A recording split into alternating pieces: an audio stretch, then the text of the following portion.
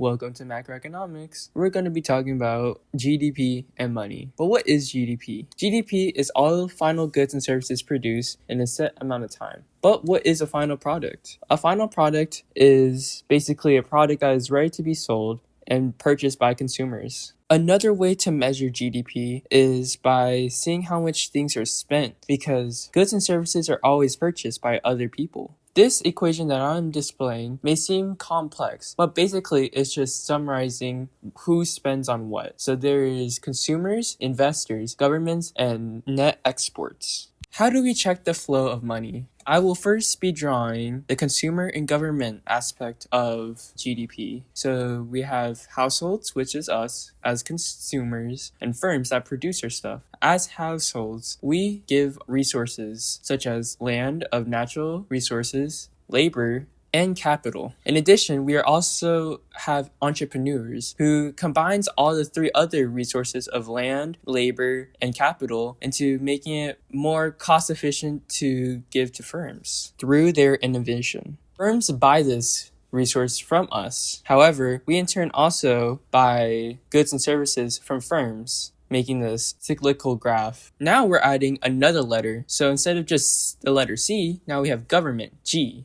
Governments buy products and resources using government funding and then produce public goods to households and firms. In addition, as households and firms give taxes to the government still gives subsidies to firms and welfare to households. Now as I'm drawing the relationship between the letters, you can also see the other letters, such as net export, which is just foreign trade, and investments. Investments give loans to consumers, governments, foreign nations, and other firms. In return, they receive interest from all these different letters. Net exports buy products from the product market in exchange for money and receive money by giving out resources, similar to consumers. But with all this money moving around from the economy, the other question is, what is money? Well, there's two different types of money, commodity versus fiat money. Commodity money is money that has a value when you can use it, such as gold and cigarettes. Fiat money, on the other hand, relies on our belief based on the government. There are different stages of fiat money. So there is M1 money, where you can basically use these to pay for everyday goods, such as coins, cash, and checks from a savings deposit. M2 money, on the other hand, are CDs and MMFs. Certificate deposits, or CDs, are basically a type of savings account that pays a fixed interest rate. So instead of paying a check from a savings account, a CD does the same action of a savings account but has a higher interest traditionally. On the other hand, it's still pretty hard to sell a CD compared to your savings account, but it's relatively easy to liquefy. Similar to CDs, MMFs traditionally are easy to sell like a CD, but not as easy to use like money, coins, and checks. MMFs is basically a mutual fund where people pull in money to buy treasury bonds. These treasury bonds are a loan to the government so that you can get money as interest while the government can use the current money at the current time. You can get out an MMF quite easily. That's why they have a high liquidity. With all this fiat money, how does it get value? There's two ways. There's the quantity of it, which is like Pokemon cards, where it's more rare and more valuable when there's less of it, and the movement of money, where it's being rotated around the economy. The real question is, how much fiat money is in our economy right now? There is the money that's in circulation right now and the money in reserves. Reserve ratio is how much money is in a bank right now compared to how much money is being loaned out. The money in circulation and the money in reserves is called the monetary base. The money multiplier is just an idea where the reciprocal of the reserve ratio is in circulation. For example, if the reserve ratio is 10%, the money multiplier would be 10. And it states that every $1 that's in the reserve, there's $10 in circulation. How does GDP and money wrap around together? By the Keynesian graph, of course. But what's the Keynesian graph? The Keynesian graph has aggregate demand, which is basically the average demand of an entire country's economy, and it's inversely related from price level to real GDP.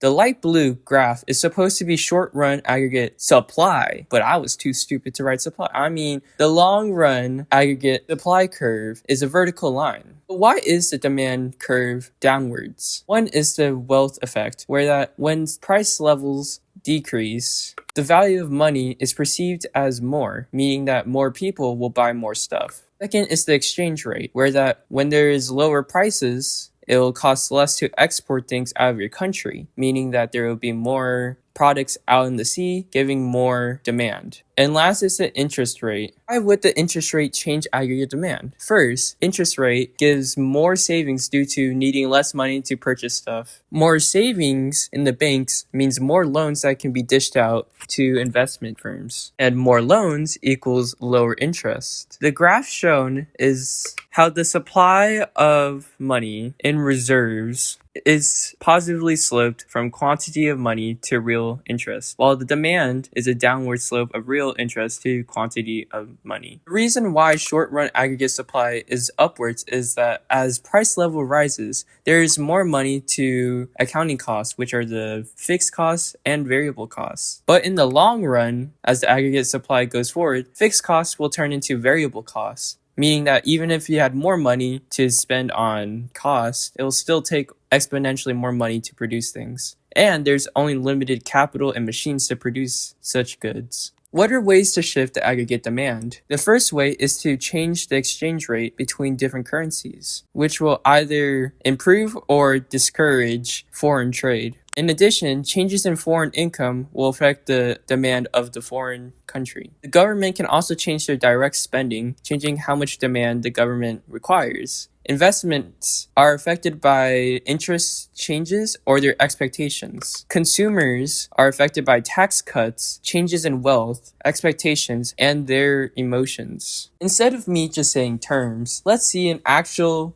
economic change. During COVID 2020, there has been a shift in demand and supply curve. There is less working people, which resulted in less people buying things, so the demand shifted. And since people are not working as much, the supply curve moved to the left. As you can see from the circles I have highlighted, I showed where the aggregate demand has shifted in a negative way. The Federal Reserve, though, tries to reduce unemployment and stabilize inflation to only 2 to 3% increase every year. The Feds introduced quantitative easing, reducing interest rates, and encouraging swap-blind currencies with other nations. As you can see, it has positively changed all the red circles I drawn, but every policy has its drawbacks, such as the quantitative easing, making money too easy and causing a bit more inflation than expected. As the aggregate demand shifts back to the dark blue line, this short-run aggregate supply line will also try to shift towards demand to go back to the equilibrium where it is at the long run. In the long run, aggregate supply curve, it is at the point where unemployment is basically zero, meaning it's good.